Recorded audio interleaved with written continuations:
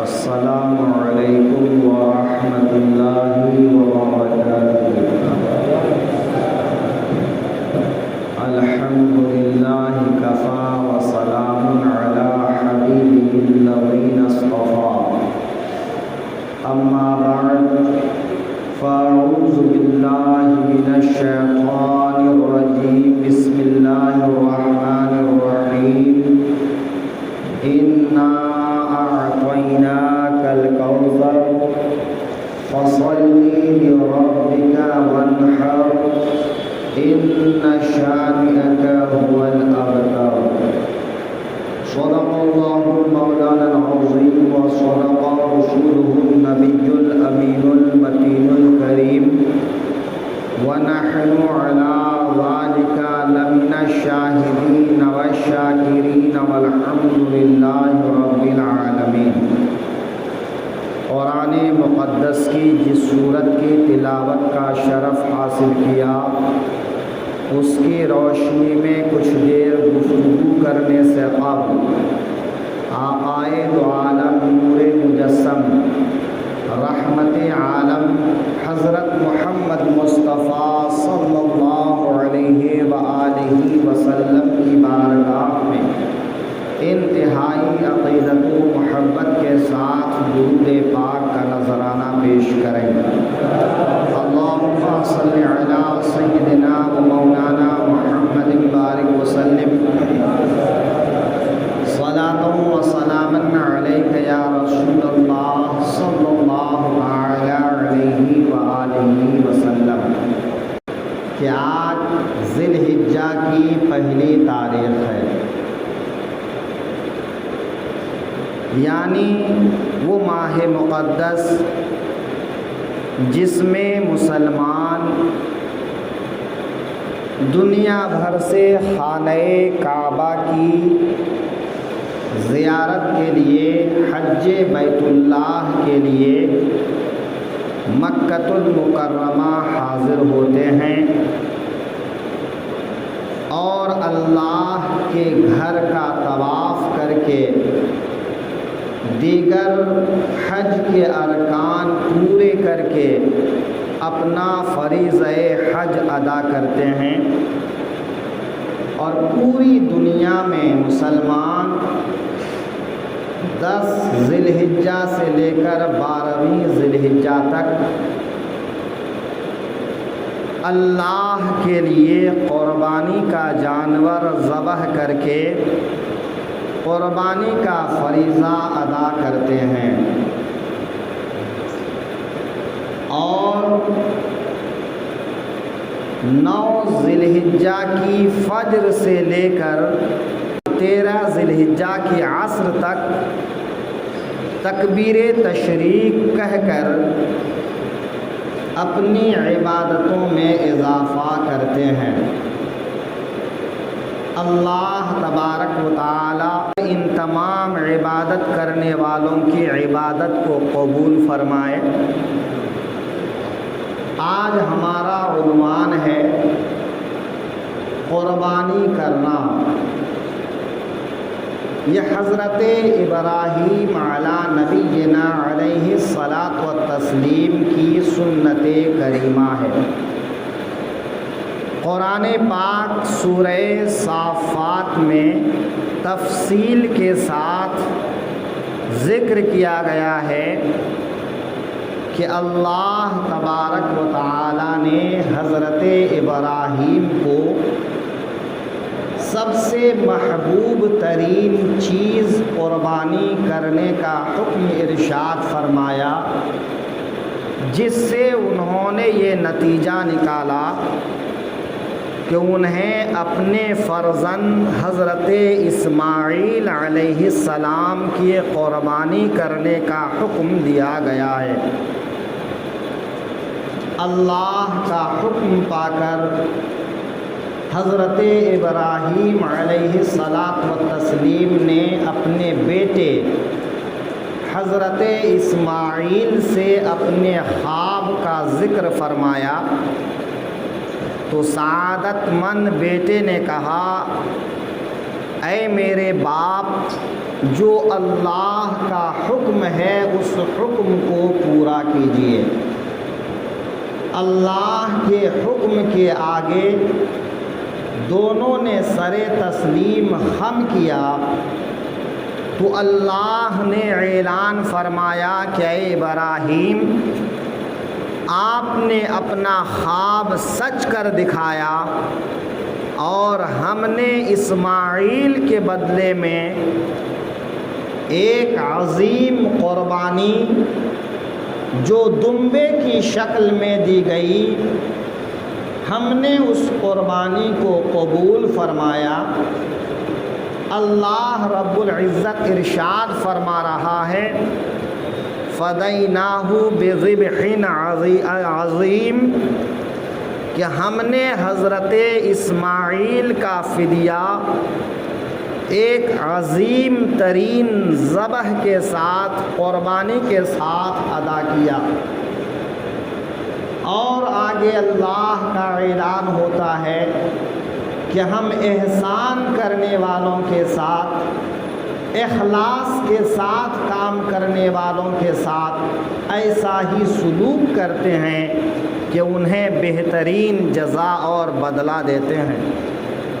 کہ اللہ نے حضرت اسماعیل کی قربانی قبول فرمائی اور ان کو ان کی جان بھی بخش دیا، اور ان کے بدلے میں ایک مینڈھے کی قربانی کر کے اللہ نے اس حکم کی تکمیل بھی فرما دیا۔ وَتَرَكْنَا عَلَيْهِ الْآخَرِينَ اور اللہ فرماتا ہے کہ دوسروں کے لیے ہم نے اس کو برقرار رکھا، یعنی حضرت ابراہیم کے بعد ان کے ماننے والے ہمیشہ ان کی سنت پر عمل کرتے آئے ہیں اور قیامت تک عمل کرتے رہیں گے۔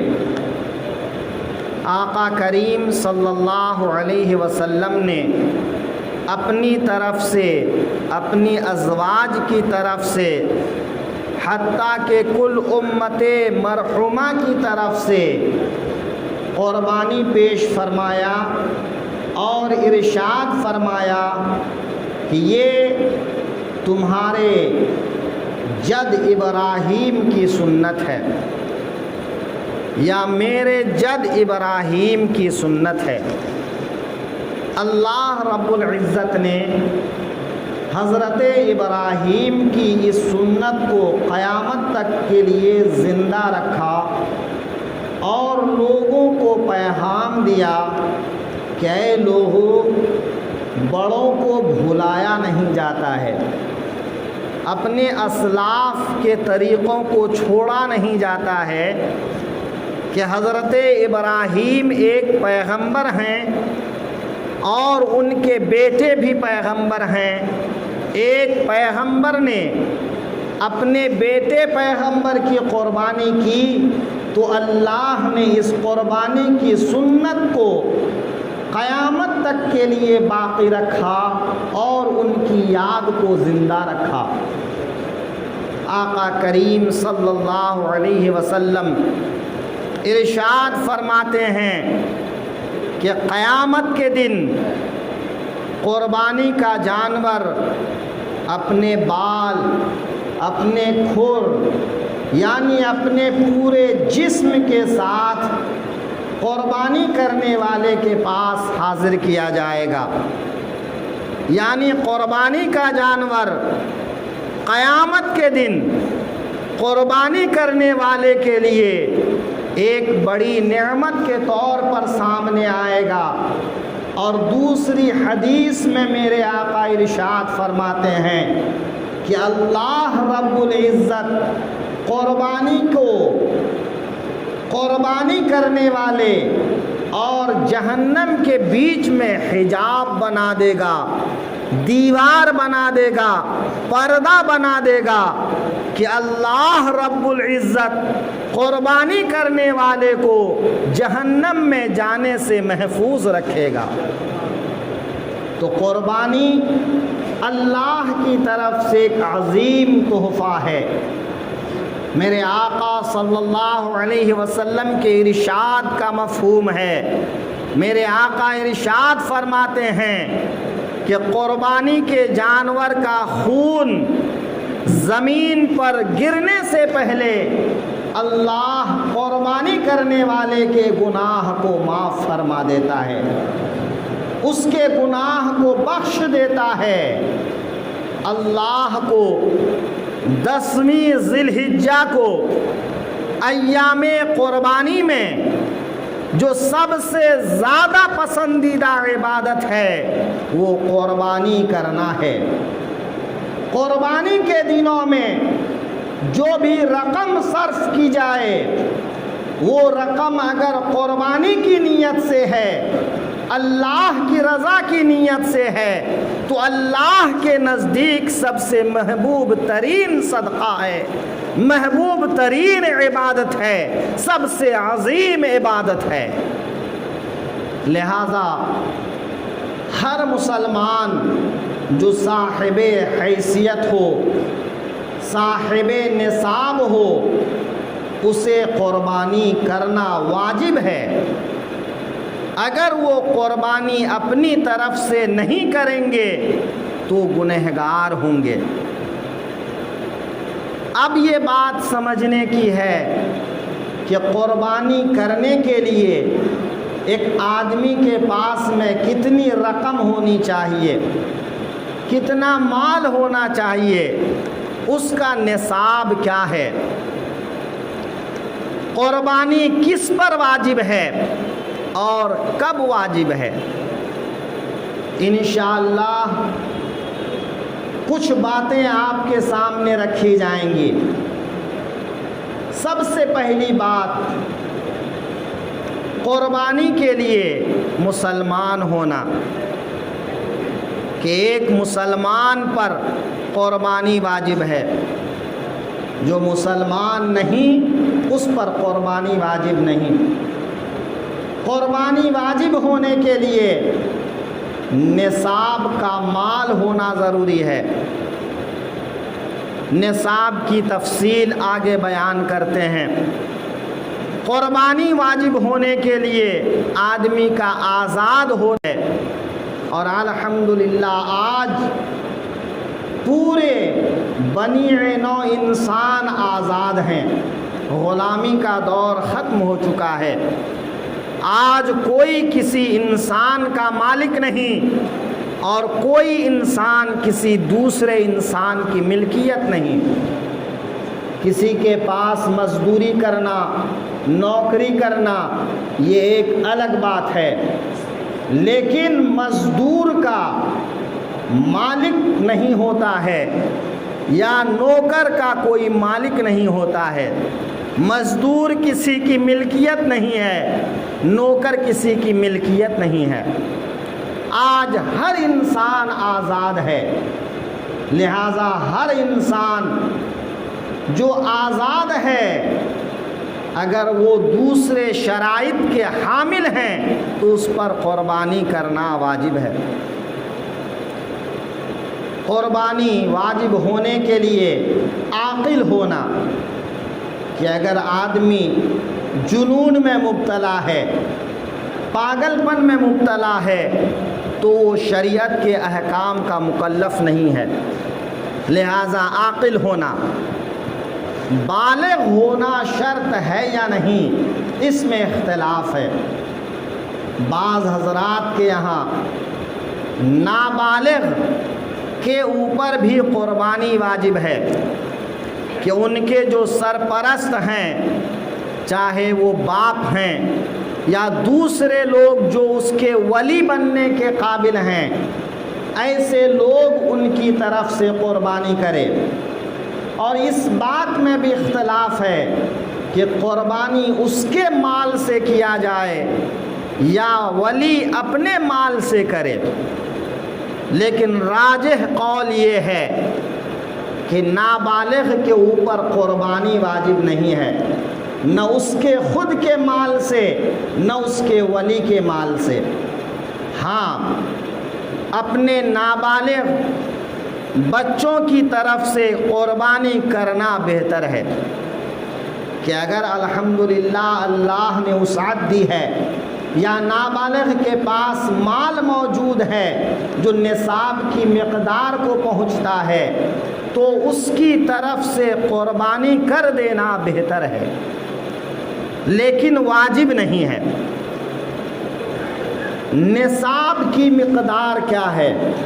نصاب کی مقدار آپ سب زکوٰۃ کے مسائل سنتے ہوئے یا صدقہ فطر کے مسائل سنتے ہوئے بار بار سنتے ہیں کہ ایک شخص کے پاس اگر 7.5 تولہ سونا یا اس کے خریدنے کی رقم، یا ایک آدمی کے پاس 52.5 تولہ چاندی یا اس کے خریدنے کی رقم موجود ہے تو وہ انسان صاحب نصاب ہے۔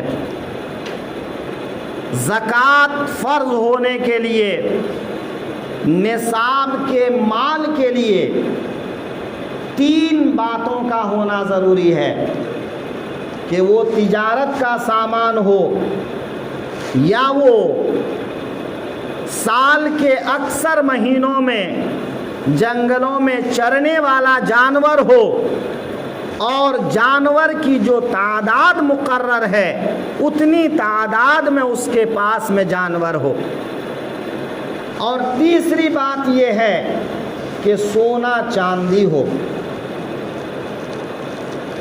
اگرچہ روپے پیسے کو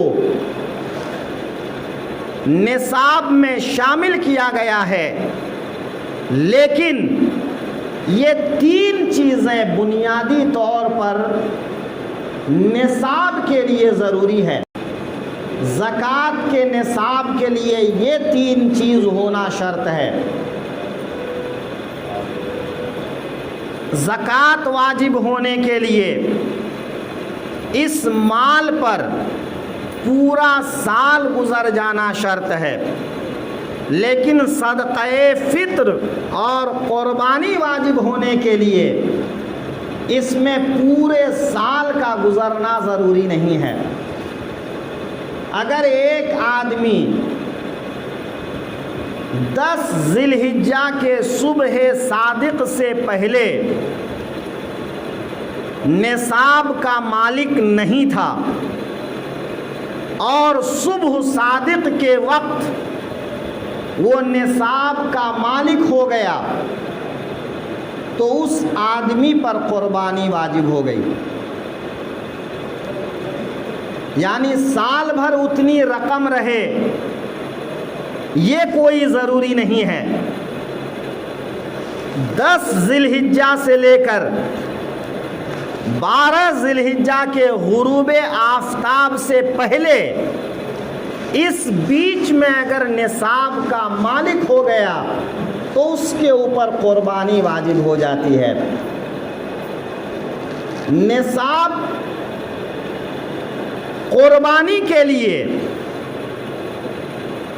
وہی 7.5 تولہ سونا یا 52.5 تولہ چاندی یا اس کی خریدنے کی رقم موجود ہو، لیکن زکوٰۃ کے مسائل میں ہم لوگ بیان کرتے ہیں کہ اگر آدمی کے پاس مکان 1 سے زیادہ ہے یا کاشت کی زمین ہے یا جواہرات ہے تو ان سب پر قربانی زکوٰۃ واجب نہیں ہے، لیکن قربانی میں مسئلہ تھوڑا مختلف ہے کہ اگر آدمی کے پاس رہنے کے مکان کے علاوہ دوسرا مکان موجود ہے اور اس دوسرے مکان کی قیمت نصاب کے برابر ہے تو چاہے وہ اس گھر میں رہتا ہے یا نہیں رہتا ہے، وہ کرائے پر دیا ہے یا یوں ہی بند رکھا ہوا ہے، اس آدمی کے اوپر قربانی واجب ہے۔ ذرا فرق سمجھ لیجئے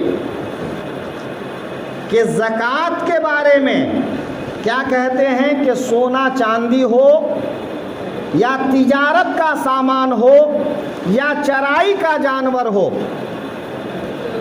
زکوٰۃ کے معاملے میں جو جائیداد غیر منقولہ ہے، دکان، مکان، کھیتی کی زمین، ان چیزوں پر زکوٰۃ نہیں ہے۔ ہاں اگر ان چیزوں سے کوئی انکم ہے اور وہ انکم کھا پی کر بچ جاتا ہے، دوسرے مال کے ساتھ مل کر وہ نصاب کی مقدار کو پہنچ جاتا ہے، تو اس کے اوپر زکوٰۃ واجب ہے۔ لیکن قربانی کے معاملے میں اپنی ضرورت سے زائد اگر مکان ہے، دکان ہے یا کھیتی کی زمین اتنی ہے کہ اس میں اگر کاشت کرے تو اناج سال بھر کے لیے کافی ہو جائے، تو اس کے اوپر قربانی واجب ہے۔ یہ فرق ملحوظ نظر رکھنا چاہیے۔ لہذا جو آدمی صاحب نصاب ہے، اس آدمی کے اوپر قربانی واجب ہے۔ زکوٰۃ کے بارے میں بھی یہ بیان کیا جاتا ہے کہ وہاں مرد عورت کا فرق نہیں ہے۔ جیسے نماز، روزہ، حج مرد عورت کا فرق کیے بنا فرض ہیں، اسی طرح زکوٰۃ بھی مرد عورت کا فرق کیے بنا فرض ہے۔ اگر عورت صاحب نصاب ہے تو عورت پر بھی زکوٰۃ فرض ہے۔ ایسے ہی قربانی کے مسئلے میں بھی مرد عورت کا فرق نہیں ہے۔ اگر عورت صاحب نصاب ہے تو عورت پر بھی قربانی واجب ہے۔ اب چاہے وہ اپنی قربانی خود کرائے یا ان کی اجازت سے ان کے شوہر، ان کے والد یا ان کے بیٹے یا جو بھی ان کا ولی ہے، ولی وہ لوگ جن کو ان کے نکاح کرانے کا اختیار ہے۔ یہ ایک الگ تفصیل والی بات ہے، کبھی انشاءاللہ عرض کریں گے۔ بہرحال عام طور پر جو ہمارے یہاں ہے تو عورت کی سرپرستی کون کرتے ہیں؟ یا تو باپ کرتے ہیں، یا شوہر کرتے ہیں، یا بیٹے کرتے ہیں، یا بھائی کرتے ہیں۔ اب دوسرے رشتہ داروں کو نہ تو اس بات کی اہمیت کا پتہ ہے، نہ لوگ اتنی توجہ دیتے ہیں۔ حالانکہ ان کے علاوہ بھی خون کے رشتہ داروں میں کچھ ایسے رشتہ داری بھی ہیں کہ اگر کوئی خون کا رشتہ دار محتاج ہو، کمانے کجانے کے لائق نہ ہو، تو ان کا کپڑا اور ان کا کھانا بھی واجب ہوتا ہے۔ مثلاً باپ نہیں ہے، پوتا نادار ہے، پوتا غریب ہے، تو دادا کے اوپر واجب ہے کہ وہ پوتے کو کھلائے، اس کو پہنائے۔ اب اسی طرح بیٹا نہیں ہے، بیٹا فوت ہو چکا ہے مگر پوتا ہے اور دادا محتاج ہے، تو دادا کا نفقہ پوتے کے اوپر فرض ہے، جیسے باپ کا نفقہ پوتے کے اوپر بیٹے کے اوپر فرض ہے، واجب ہے، ویسے ہی دادا کا نفقہ بھی واجب ہے۔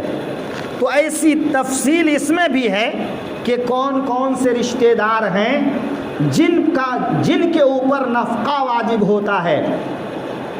ہم لوگ چھوڑ دیتے ہیں بے سہارا، یتیموں کو کھلانے پلانے، محتاجوں کو کھلانے پلانے، غریبوں کو کھلانے پلانے کی جو اہمیت ہمارے آقا صلی اللہ علیہ وسلم نے بیان فرمائی ہے، وہ اگر آپ سنیں گے، اس پر غور کریں گے تو آپ کو احساس ہوگا کہ اللہ اور اس کے حبیب نے اپنے ماننے والوں کو ایسی عظیم نعمت عطا فرمایا ہے کہ کوئی بھی انسان روڈ پہ نہیں رہے گا، پچھڑا نہیں رہے گا، لاچار لاوارث نہیں رہے گا، کہیں نہ کہیں جا کر کسی نہ کسی کا وارث بنا دیا گیا ہے، اس معنی کر کے اس کا نفقہ کسی نہ کسی پر واجب ہے،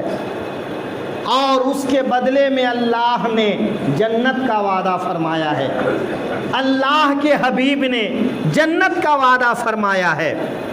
لہذا اگر ہمارے آس پاس میں ایسے لوگ ہوں، خاندان میں، قرابت دار میں ایسے لوگ ہوں، تو اہل علم سے دریافت کرنا چاہیے کہ کہیں اس کا نفقہ ہمارے اوپر واجب تو نہیں ہے۔ اگر واجب ہے تو آپ کمانے کے لائق ہیں، بھلے آپ مالدار نہیں ہیں، لیکن آپ اپنی روٹی میں سے اسے کھلائیں، اپنے مال میں سے اسے پہنائیں، بھلے وہ آپ کا شکریہ ادا کرے یا نہ کرے۔ یاد رکھیے گا اس بات کو کہ بہت دفعہ ایسا ہوتا ہے، ہم امید لگاتے ہیں، ہم کسی کے ساتھ بہتری کا سلوک کرتے ہیں تو وہ ہمارے ساتھ بدلے میں اچھا سلوک کرے، لیکن اگر ایسا نہیں بھی ہوتا ہے تو آپ اچھا سلوک، بہتر سلوک پانے کے لیے مت کیجئے، اللہ کو راضی کرنے کے لیے کیجئے، رسول اللہ کو راضی کرنے کے لیے کیجئے، پھر دیکھیے کہ اللہ آپ کے دل کو سکون عطا کرے گا۔ بھلے وہ رشتہ دار آپ کی برائی کرتا ہے، وہ آپ کا احسان نہیں مانتا ہے، کوئی دنیا میں احسان کا بدلہ دے یا نہ دے، لیکن اللہ اور اس کے حبیب نے آخرت میں جو احسان کا بدلہ دینے کا وعدہ فرمایا ہے، آپ آخرت میں اس بدلے کی امید پر کام کیجئے، اللہ دنیا میں بھی آپ کو عزت والا بنائے گا اور آخرت میں بھی عزت والا بنائے گا۔ بات دور نکل رہی ہے، میں عرض کر رہا تھا کہ اگر عورت کے اوپر قربانی واجب ہے تو عورت پر بھی قربانی کرنا واجب ہے، چاہے وہ خود کریں یا اگر وہ خود باہر نہیں نکلتی یا وہ خرید و فروخت کے معاملات سے دور رہتی ہیں، تو ایسے موقع پر وہ اپنے شوہر کو، اپنے بیٹے کو، اپنے بھائی کو، اپنے باپ کو اپنا نائب بنائیں اور اپنی طرف سے قربانی کروائیں۔ تو مرد عورت کا فرق کیے بنا مسلمان پر قربانی واجب ہے، لہذا قربانی ہر صاحب نصاب کے لیے واجب ہے۔ اب اگر ایک گھر میں کئی لوگ ہیں، اب گھر چلانے کے لیے ذمہ دار کوئی ایک ہی ہوتے ہیں، باپ ہیں، بڑے بھائی ہیں یا کوئی بھی ہیں، سب کما جما کر ایک جگہ جمع کرتے ہیں، اور اللہ نے اتنا دیا ہے کہ اگر وہ رقم ہر آدمی کے اوپر بانٹا جائے تو سب صاحب نصاب ہو جائے تو سب پر قربانی واجب ہے۔ آپ اس بات کو غور سے سمجھیں کہ ایک گھر میں 4 باپ بیٹے ہیں، 4 بھائی ہیں، ماں بچے مل کر ہیں، تو گھر چلانے کا ذمہ دار جو بھی ہو، اگر پہلے سے الگ تھلگ اپنی اپنی کمائی ہے، جب تو معاملہ بالکل کلیئر ہے کہ بھئی ہر آدمی اپنے اپنے نصاب کا مالک ہے، تو ہر آدمی اپنی اپنی قربانی کرائے گا۔ لیکن جہاں پر ہر آدمی اپنے اپنے پاس نہیں رکھتا، یا پھر یہ ہے کہ بھئی سیونگ کھاتے ہیں، کھاتے میں سب کے کچھ نہ کچھ پڑے ہیں، لیکن اگر سب کو ملا دیا جائے تو جتنے لوگ ہیں اتنے نصاب بن جائے تو ان سب کے اوپر قربانی واجب ہے۔ اب ایک آدمی اگر قربانی کرا لے تو سب بری الذمہ نہیں ہوں گے۔ قربانی کے دنوں میں جو لوگ صاحب نصاب ہیں، قربانی کرنے سے ہی وہ بری الذمہ ہوں گے، قربانی کیے بنا وہ بری الذمہ نہیں ہوں گے۔ لہذا ہر کسی پر واجب ہے کہ وہ اپنی اپنی قربانی کرائیں۔ ہاں، اپنی سہولت کے حساب سے قربانی کریں۔ اللہ نے قربانی کے جو جانور مقرر کیے، رسول اللہ نے جو اس کی تفصیل بتائے کہ بکرا